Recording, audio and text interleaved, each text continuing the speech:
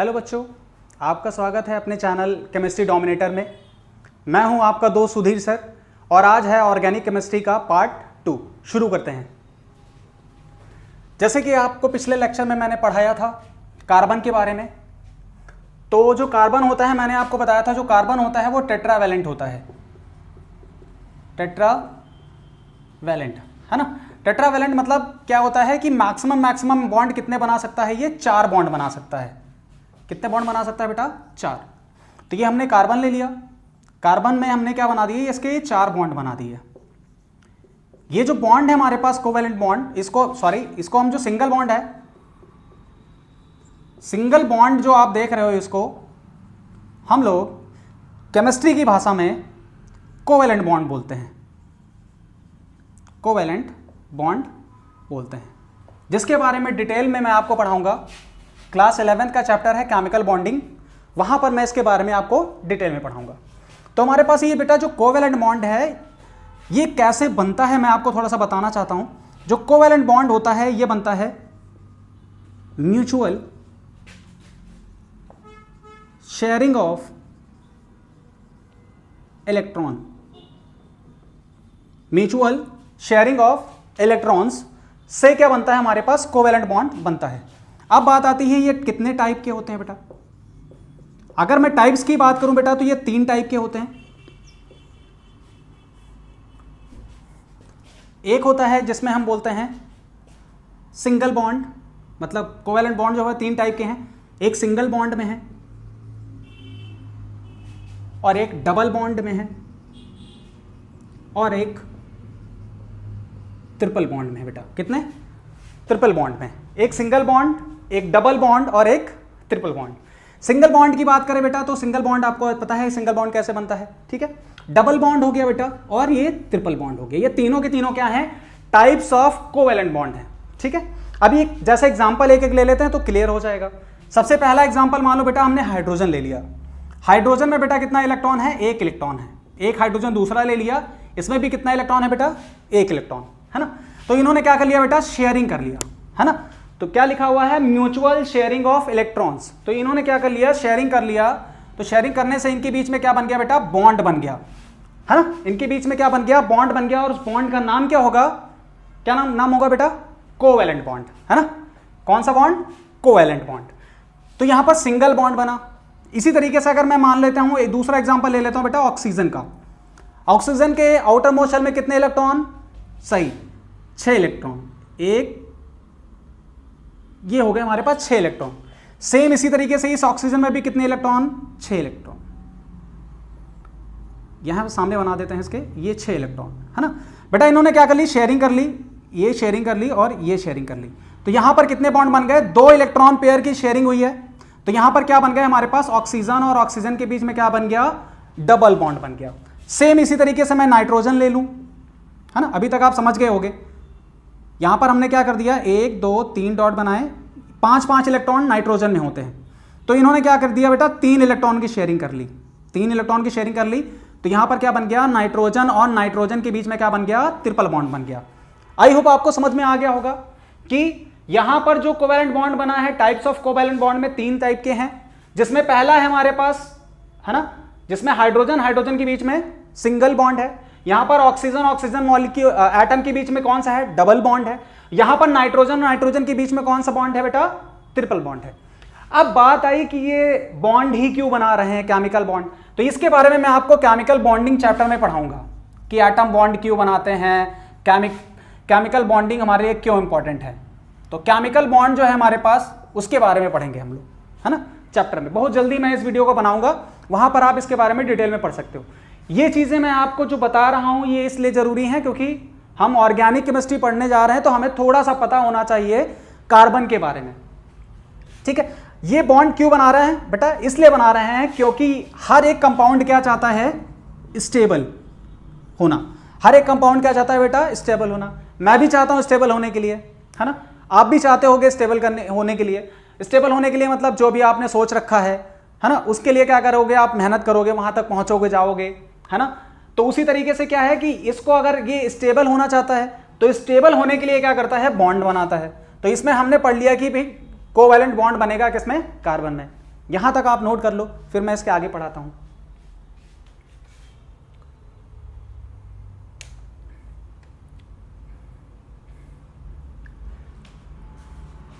अब हमने पढ़ लिया भाई बॉन्ड के बारे में कि हम हमारे जो इंपॉर्टेंट था वो हमने पढ़ लिया कि कौन सा बॉन्ड हमारे लिए जरूरी है बेटा।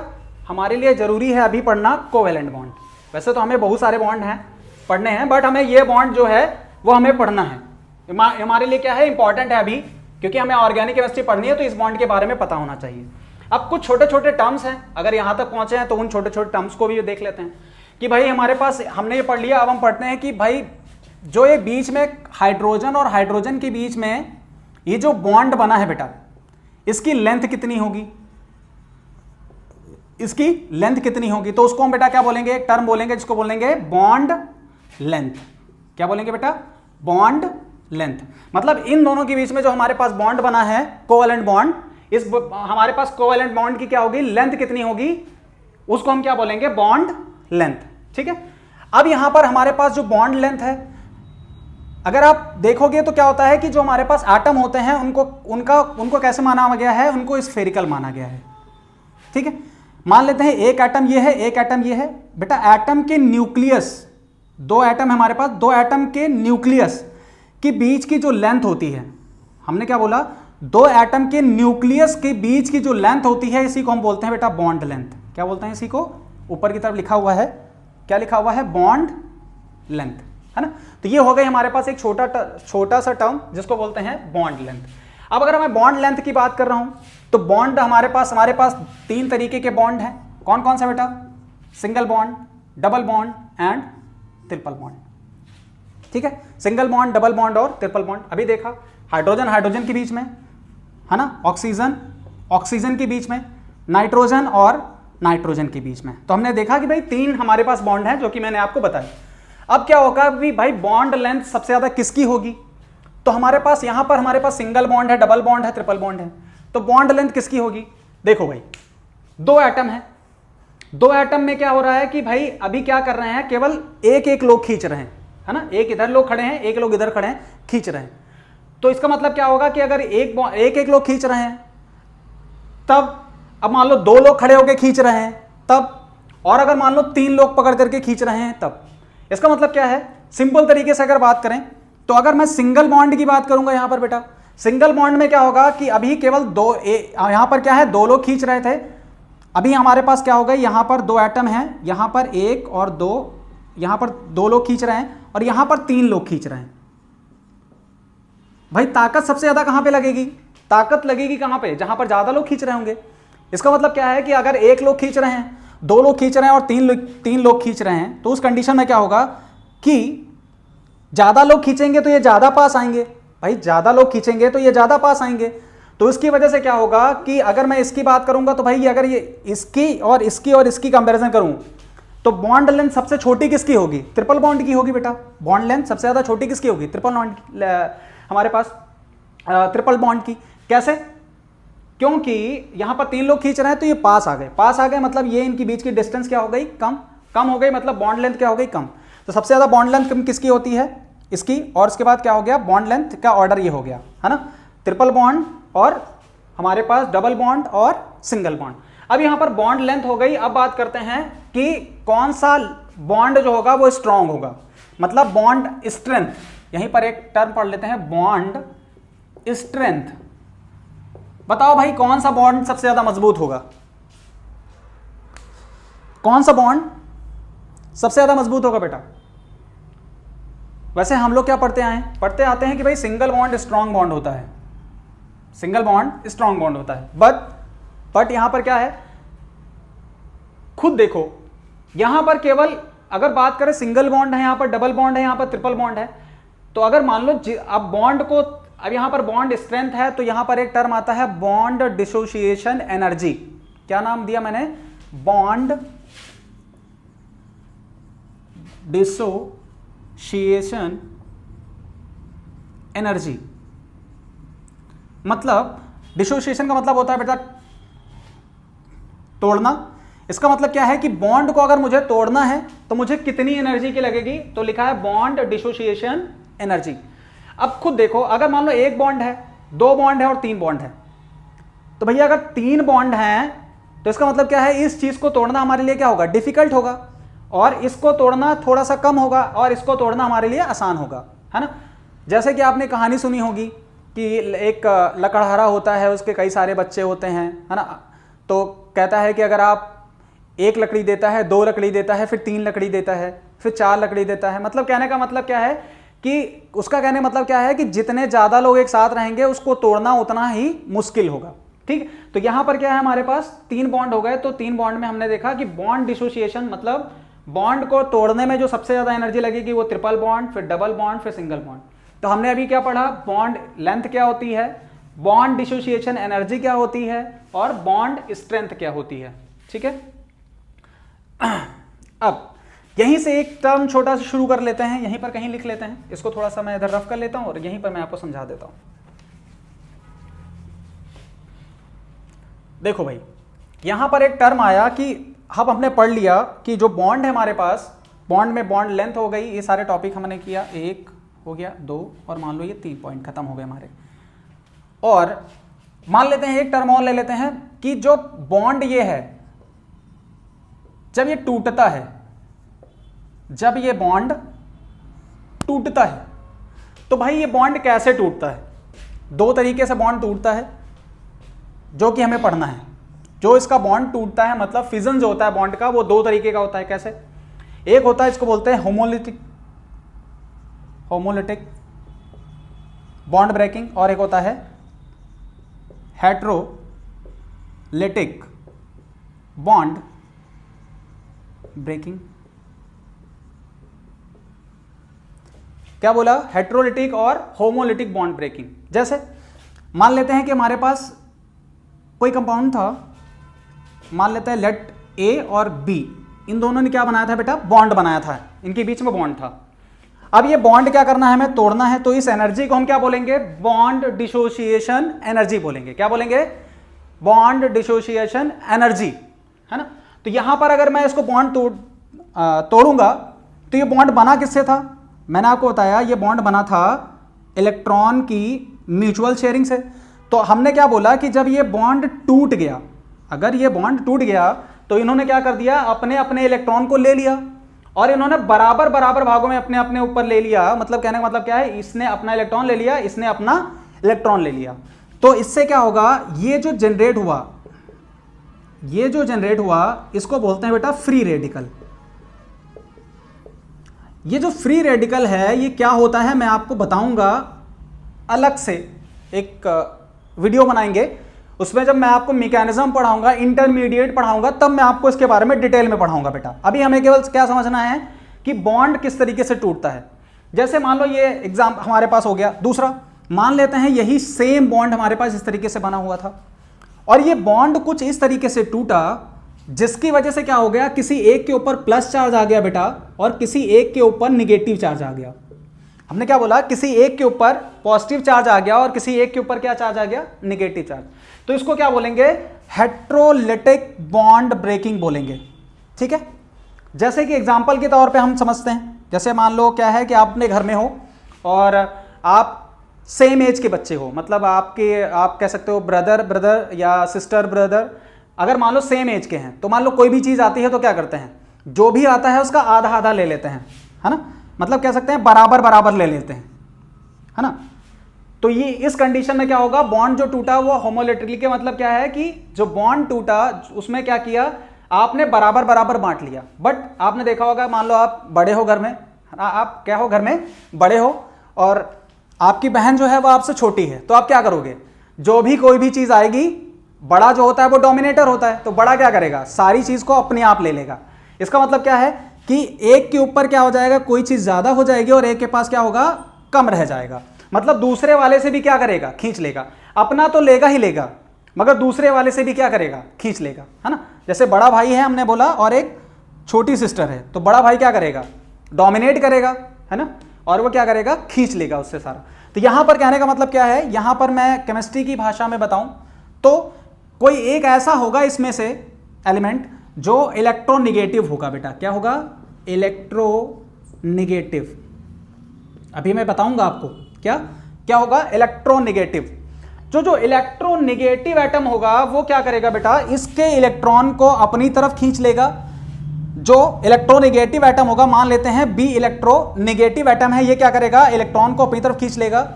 तो इससे इसके चारों तरफ इलेक्ट्रॉन डेंसिटी ज्यादा हो जाएगी, तो जिसकी वजह से इसके ऊपर पार्शियल पॉजिटिव, इसके ऊपर पार्शियल नेगेटिव चार्ज जनरेट हो जाएगा। जो इसके ऊपर क्या आएगा, पार्शियल नेगेटिव और इसके ऊपर पार्शियल पॉजिटिव चार्ज जनरेट हो जाएगा, जो कि हमने लिखा हुआ है A+ और B- में टूट जाएगा। आई होप आपको समझ में आया होगा। ठीक है, आगे बढ़ते हैं। ये हमारे पास हो गई बॉन्ड की ब्रेकिंग। अब हम बात करते हैं, नोट डाउन कर लीजिए,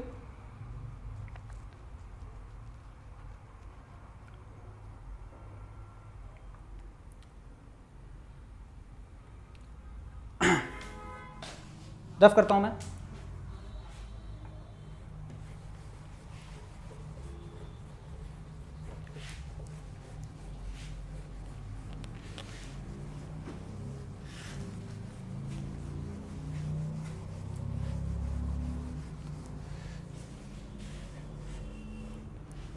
हमारे पास बेटा जो बॉन्ड होते हैं, जो बॉन्ड हैं वो हमारे पास कितने टाइप के हैं, 2 टाइप के बॉन्ड हैं। एक है हमारे पास बेटा जिसको बोलते हैं non polar bond, non polar bond, और एक होता है पोलर बॉन्ड।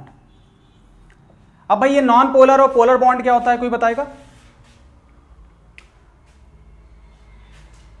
चलो, नॉन पोलर बॉन्ड जो होता है बेटा, ये किससे बनता है, इक्वल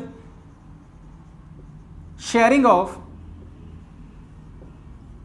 इलेक्ट्रॉन पेयर, और ये किससे बनता है, अनइक्वल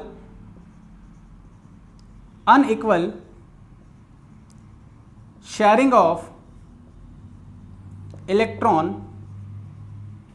पेयर्स, है ना। हमने क्या बोला, इलेक्ट्रॉन पेयर्स की अगर बात करेंगे तो ये किससे बनता है, equal sharing of electron pairs, और ये किससे बनता है, unequal sharing of electron pairs. Example देख लेते हैं, समझ में आ जाएगा। जैसे मान लो हमारे पास ये हाइड्रोजन था, ये एक हाइड्रोजन ये था बेटा, इन दोनों ने क्या कर ली, पेयरिंग कर ली, इलेक्ट्रॉन पेयर। अब इसमें क्या हुआ, इक्वल शेयरिंग हुई। इक्वल का मतलब क्या है, इसने भी अपना एक इलेक्ट्रॉन शेयर किया और इसने भी एक अपना इलेक्ट्रॉन शेयर किया, तो ये जो बॉन्ड बना, ये बेटा कौन सा टाइप का बॉन्ड है, नॉन पोलर बॉन्ड है। कैसा है, नॉन पोलर बॉन्ड।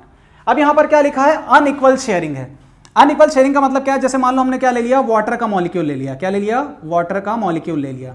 ठीक है, अब वाटर का जो मॉलिक्यूल ले लिया, जो हमारे पास ऑक्सीजन है बेटा, क्या है, ऑक्सीजन जो है वो है इलेक्ट्रोनेगेटिव एटम।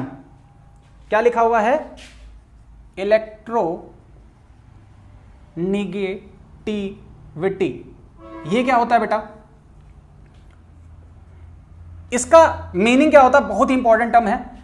इलेक्ट्रोनेगेटिविटी का मतलब होता है एबिलिटी, क्या होता है बेटा, ability to attract, ability to attract the electrons। मैंने क्या बोला, ability to attract electrons। इसका मतलब क्या है, कोई एटम जो इलेक्ट्रॉन को अपनी तरफ खींचने की क्षमता रखता है उसको बोलते हैं इलेक्ट्रोनेगेटिविटी। तो हमारे पास क्या होता है बेटा, इसका ऑर्डर होता है, इसका ऑर्डर होता है फोकल, फोकल ना बचा, फोकल ना बचा, फोकल ना बचा, मतलब fluorine, oxygen, chlorine, nitrogen, boron और ये कार्बन, है ना। इसका मतलब क्या है कि मैंने आपको ऑर्डर बता दिया, सॉरी यहां पर ब्रोमीन है ना, तो यहां पर क्या लिखा है, fluorine, oxygen, chlorine, nitrogen, bromine और यहां पर कार्बन। ये क्या है बेटा, इलेक्ट्रोनेगेटिविटी का ऑर्डर है। इसका मतलब क्या होगा कि अगर मैं बात करूंगा तो सबसे ज्यादा कौन इलेक्ट्रॉन खींचने की क्षमता रखता है, फ्लोरीन, है ना, और उसके बाद ऑक्सीजन, फिर क्लोरीन, फिर नाइट्रोजन, फिर ब्रोमीन, फिर कार्बन। तो यहां पर क्या बोला हमने, ऑक्सीजन क्या है बेटा, इलेक्ट्रोनेगेटिव एटम है। क्या है, इलेक्ट्रोनेगेटिव। अगर ये बेटा इलेक्ट्रोनेगेटिव है, किसके कंपैरिजन में, हाइड्रोजन के कंपैरिजन में, है ना, बात वही आ गई। हाइड्रोजन के कंपैरिजन में क्या है, हाइड्रोजन के कंपैरिजन में क्या है, मोर इलेक्ट्रोनेगेटिव है। तो ये क्या करेगा, इससे और इससे इलेक्ट्रॉन को क्या करेगा, अपनी तरफ खींच लेगा। अगर इलेक्ट्रॉन को ये अपनी तरफ खींच लेगा, इसका मतलब क्या है कि इसके पास इलेक्ट्रॉन ज्यादा आ जाएगा, मतलब इसके चारों तरफ इलेक्ट्रॉन की डेंसिटी ज्यादा हो जाएगी इसके और इसके कंपैरिजन में। तो शेयरिंग कौन सी होगी बेटा, unequal sharing of electron pair हो गया। तो वहां पर जो बॉन्ड बनेगा बेटा, कौन सा बॉन्ड बनेगा, नॉन पोलर बॉन्ड बनेगा। ये छोटी छोटी चीजें हैं जो मैं आपको बता रहा हूं और आपके लिए काफी इंपॉर्टेंट है। जब मैं आपको ऑर्गेनिक केमिस्ट्री स्टार्ट करूंगा, अभी तो मैं आपको बेसिक बता रहा हूं, जब मैं स्टार्ट करूंगा ऑर्गेनिक केमिस्ट्री एल्केन से, है ना, तो उसके लिए क्या है, ये छोटी छोटी चीजें हैं जो आपको पता होनी चाहिए। ठीक है, अब यहां पर अगर आपने इतना पढ़ लिया है तो बस थोड़ा सा रह गया, और इसमें मैं आपको यहीं पर समझा देता हूं कि हम आपको क्या क्या पढ़ाएंगे ऑर्गेनिक केमिस्ट्री में। मैं आपको पढ़ाऊंगा, एक चार्ट बना देता हूं छोटा सा, जहां से आपको आसान हो जाएगा समझना। आई होप आपको समझ में आ गया बेटा। बहुत ही ज्यादा बच्चे कंफ्यूज रहते हैं नॉन पोलर और पोलर में, कि बॉन्ड किस में पोलर होगा, कौन नॉन पोलर होगा। तो ये बात याद रखिएगा, equal sharing of electron pairs और unequal sharing of electron pairs. Example मैंने बता दिए हैं, बहुत सारे और भी एग्जाम्पल हो सकते हैं। मैं आपको केमिकल बॉन्डिंग में पढ़ाऊंगा इसके बारे में। और अब आती है बात कि लास्ट में, क्योंकि बेसिक लेक्चर है तो इसमें हम 2 ही लेक्चर में इसको खत्म करेंगे, फिर हम लोग आईयूपीएसी नोमेनक्लेचर स्टार्ट करेंगे। तो नेक्स्ट वीडियो जो हमारा आएगा उसमें मैं आपको आईयूपीएसी नोमेनक्लेचर पढ़ाना शुरू कर दूंगा। ठीक है, चलो आगे बढ़ते हैं। तो हमने क्या बोला कि आगे मैं आपको कैसे पढ़ाऊंगा, वो चीज यहां पर नोट कर लेनी है आपको। एक तो आपको ऑर्गेनिक केमिस्ट्री में एल्केन पढ़ना है, एक एल्कीन पढ़ना है, एक एल्काइन पढ़ना है, और एक एल्किल हाइलाइड पढ़ना है, और एल्कोहल पढ़ना है, एल्डिहाइड पढ़ना है, कीटोन पढ़ना है, कार्बोक्सिलिक एसिड पढ़ना है। क्या पढ़ना है बेटा, कार्बोक्सिलिक एसिड पढ़ना है। क्या पढ़ना है, कार्बोक्सिलिक एसिड, ये पढ़ना है। और भी चैप्टर पढ़ने हैं, हमें अमीन पढ़ना है, हमें बायोमॉलिक्यूल पढ़ना है, ऑर्गेनिक केमिस्ट्री में हमें ये पढ़ना है ना। और तो यहां पर हमने क्या बोला कि जो एल्केन है, एल्कीन है, एल्काइन है, एल्किल हैलाइड है, इसका फॉर्मूला क्या क्या होता है ये देख लेते हैं। तो मैंने आपको इसके फॉर्मूले बता दिए थे, है ना। तो एल्केन जो होता है, एल्केन को लिखा कैसे जाता है, एल्केन को हम लोग लिखते हैं, एक टर्म होता है यहाँ पे। एल्केन जो लिखा जाता है वह कैसे लिखा जाता है, लिखा जाता है जैसे मान लो हमारे पास CH4 क्या है, एक एल्केन है। CH4 क्या है, एक एल्केन है ना। एल्कीन क्या होता है, मैंने एल्केन में बताया था कि इसमें सिंगल बॉन्ड पाए जाते हैं। कैसा बॉन्ड, सिंगल बॉन्ड। इसमें एल्कीन में हाँ डबल बॉन्ड, इसमें बेटा ट्रिपल बॉन्ड, है ना। एल्किल हाइलाइड क्या होता है, अब यहां पर एक वर्ड समझना है जिसका नाम है एल्किल। क्या नाम है, एल्किल। एल्किल ग्रुप क्या होता है बेटा, अगर एल्केन का जो फॉर्मूला है, जो एल्केन का फॉर्मूला है उसमें से एक हाइड्रोजन निकाल दो तो वो क्या बन जाएगा, एल्किल ग्रुप बन जाएगा। समझो मैंने क्या बोला, मैंने कहा कि अगर एल्केन के फॉर्मूले में से एक हाइड्रोजन निकाल दिया जाए तो बेटा क्या बन जाएगा, वो एल्किल ग्रुप बन जाएगा। और हैलाइड का मतलब बेटा होता है बेटा हैलोजन। क्या होता है, हैलोजन। इसका मतलब क्या होगा, यहां पर इसको एल्किल जो ग्रुप होता है इसको बेटा हम लोग R से लिखते हैं, मैं बाद में आपको बताऊंगा नोमेनक्लेचर जब पढ़ाऊंगा। और हैलाइड का मतलब होता है X। एल्कोहल कैसे पहचानते बेटा, एल्कोहल को अगर मान लो कोई भी कंपाउंड है, अगर उसमें OH लगा है, क्या लगा है, OH, तो वो क्या है, एल्कोहल है। क्या है, एल्कोहल। अगर मान लो एल्डिहाइड है तो कैसे पहचानेंगे, या तो लिखा होगा CHO, ये क्या है, एल्डिहाइड। क्या है, एल्डिहाइड। कीटोन कैसे लिखा होगा बेटा, CO लिखा होगा। क्या लिखा होगा, CO, तो वो क्या होगा, कीटोन। एल्डिहाइड को ऐसे भी लिखा जाता है C double bond O single bond H, है ना। इसको कैसे लिखा जाता है बेटा, C डबल बॉन्ड O, ऐसे लिखा जाता है। ठीक है। कार्बोक्सिलिक एसिड, इसको कैसे लिखा जाता है, COOH, या इसको हम कैसे लिख सकते हैं, C डबल बॉन्ड O और O और H, है ना। तो ये लिखने का क्या हो गया तरीका। एमीन को हम लोग बेटा लिखते हैं NH2। ठीक है। बायोमॉलिक्यूल में आपको डिटेल में पढ़ाऊंगा, उसमें मैं आपको ग्लूकोज और फ्रक्टोज, कार्बोहाइड्रेट, प्रोटीन, उनके बारे में पढ़ाऊंगा। तो ये हमारे पास क्या है बेटा, बेसिक है। ये ग्रुप आपको पता होने चाहिए। अगर आप पढ़ने आए हो तो आपको पता होना चाहिए कि जो एल्केन होता है, एल्केन में हमारे पास क्या होता है, इसका फॉर्मूला लिख लेते हैं यहां पर, चलो CnH2n+2, ये इसका फॉर्मूला होता है बेटा। एल्कीन जो होता है इसका फॉर्मूला होता है CnH2n, और एल्काइन का होता है CnH2n-2, है ना। इससे जो प्रीवियस वाला लेक्चर है उसमें मैंने आपको इसके बारे में बताया है कि n क्या है, यहां पर कैसे पहचानते हैं, है ना। जब हम आपको क्या पढ़ाएंगे, IUPAC नोमेनक्लेचर, IUPAC नोमेनक्लेचर, जो होपफुली आपको वीडियो जो है वो नेक्स्ट वीडियो वाला जो हमारा होगा उसमें आपको IUPAC नोमेनक्लेचर में सबसे पहले मैं आपको एल्केन ही पढ़ाऊंगा, है ना। तो ये आपको थोड़ा सा बेसिक पता होना चाहिए कि एल्किल हैलाइड क्या होता है और ये अल्कोहल क्या होता है। हाँ, थोड़ी चीजें और हैं, अगर आप जल्दी से समझ लेते हैं बेटा। एक चीज होती है जिसका नाम होता है ईस्टर। क्या नाम होता है? ईस्टर। ये कैसे बनता है ये देख लेते हैं। ईस्टर बनता है बेटा जब क्या होता है, एसिड मतलब कार्बोक्सिलिक एसिड और अल्कोहल को आप मिक्स कर देते हो तो क्या बना देता है, वो रिएक्शन करके क्या बना देता है, ईस्टर। जैसे मैं आपको यहां पर बताता हूं, जैसे मान लो हमारे पास बेटा क्या था, ये है एसिड, क्या है, एसिड, और हमारे पास ये है, मान लेते हैं अल्कोहल, ठीक है, ये है अल्कोहल। तो यहां पर हमने क्या कर दिया, वाटर यहां से निकल गया, तो ये ग्रुप जुड़ गया, इसके आगे मान लो R लगा देते हैं तो क्या बना देगा, RCOOR। तो यहां पर ये ग्रुप आपको कहीं पर देखने को मिल जाए, इसका मतलब ये क्या होगा बेटा, ईस्टर होगा। क्या होगा, ईस्टर। याद रखिएगा कि अगर मैं अल्कोहल और एसिड मिला दूं, आपस में रिएक्शन करा दूं तो क्या बना देगा, ईस्टर बना देगा। और अगर मैं ईस्टर को फिर से तोड़ दूं तो वो एसिड और अल्कोहल में फिर से टूट जाएगा। याद रखिएगा इन चीज को। आगे थोड़ा सा अगर यहां तक पहुंचे तो एक और पढ़ लेते हैं यहां पे कि भाई हमारे पास क्या बना हुआ है, एक वर्ड आता है जिसको बोलते हैं एमाइड। क्या बोलते हैं बेटा, एमाइड। ये सारे वर्ड आपको ऑर्गेनिक केमिस्ट्री में मिलेंगे आपको through out the organic chemistry. Amide जो बनता है बेटा कैसे, जैसे मान लो एसिड है और एसिड की रिएक्शन हमने किससे करा दी, अमोनिया से करा दी। तो अमोनिया का फॉर्मूला क्या होता है, NH3। तो हमने ले लिया एक H और NH2 अलग ले लिया, ठीक है।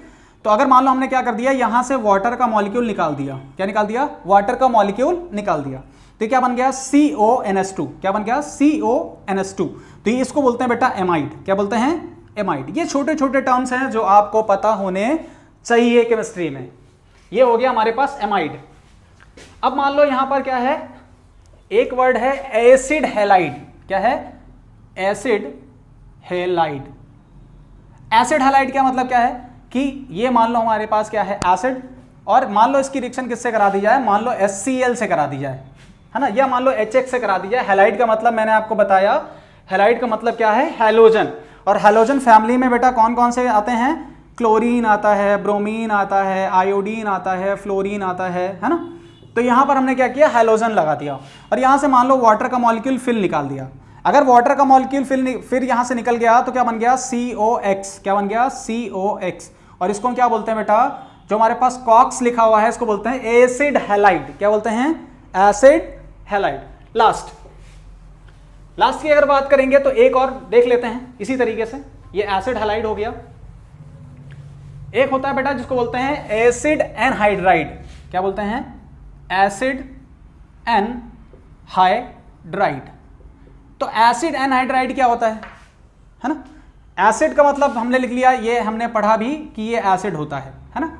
तो यहां पर एसिड एनहाइड्राइड कहता है कि दो एसिड के वाटर ले लो, दो एसिड के ले लिया हमने यहां पे मॉलिक्यूल। हमने क्या कर दिया, यहां से एक वाटर का मॉलिक्यूल निकाल दिया। क्या कर दिया, यहां से वाटर का मॉलिक्यूल निकाल दिया, तो कंपाउंड क्या बना, COCOO। क्या बना, COCOO। तो इसको बोलते हैं बेटा एसिड एनहाइड्राइड। नाम में ही छुपा हुआ है। एसिड मतलब ये हो गया एसिड, एन का मतलब होता है एब्सेंट, हाइड्राइड मतलब होता है वाटर। इसका मतलब क्या कर दिया जाए, अगर दो एसिड के मॉलिक्यूल ले लिया जाए, 2 एसिड के मॉलिक्यूल ले लिए जाएं और उसमें से क्या रिमूव कर दिया जाए, माइनस वाटर कर दिया जाए, तो क्या बना देगा, एसिड एनहाइड्राइड बना देगा। ये छोटी छोटी टर्मिनोलॉजीज हैं जो आपको पता होनी चाहिए ऑर्गेनिक केमिस्ट्री पढ़ने के लिए, ठीक है। Thank you. और इस वीडियो को ज़्यादा से ज़्यादा बच्चों तक शेयर करिए और लाइक करिए हमारा चैनल। और कैसा लगा आपको वीडियो मेरा जरूर बताइएगा। मिलते हैं नेक्स्ट वीडियो में।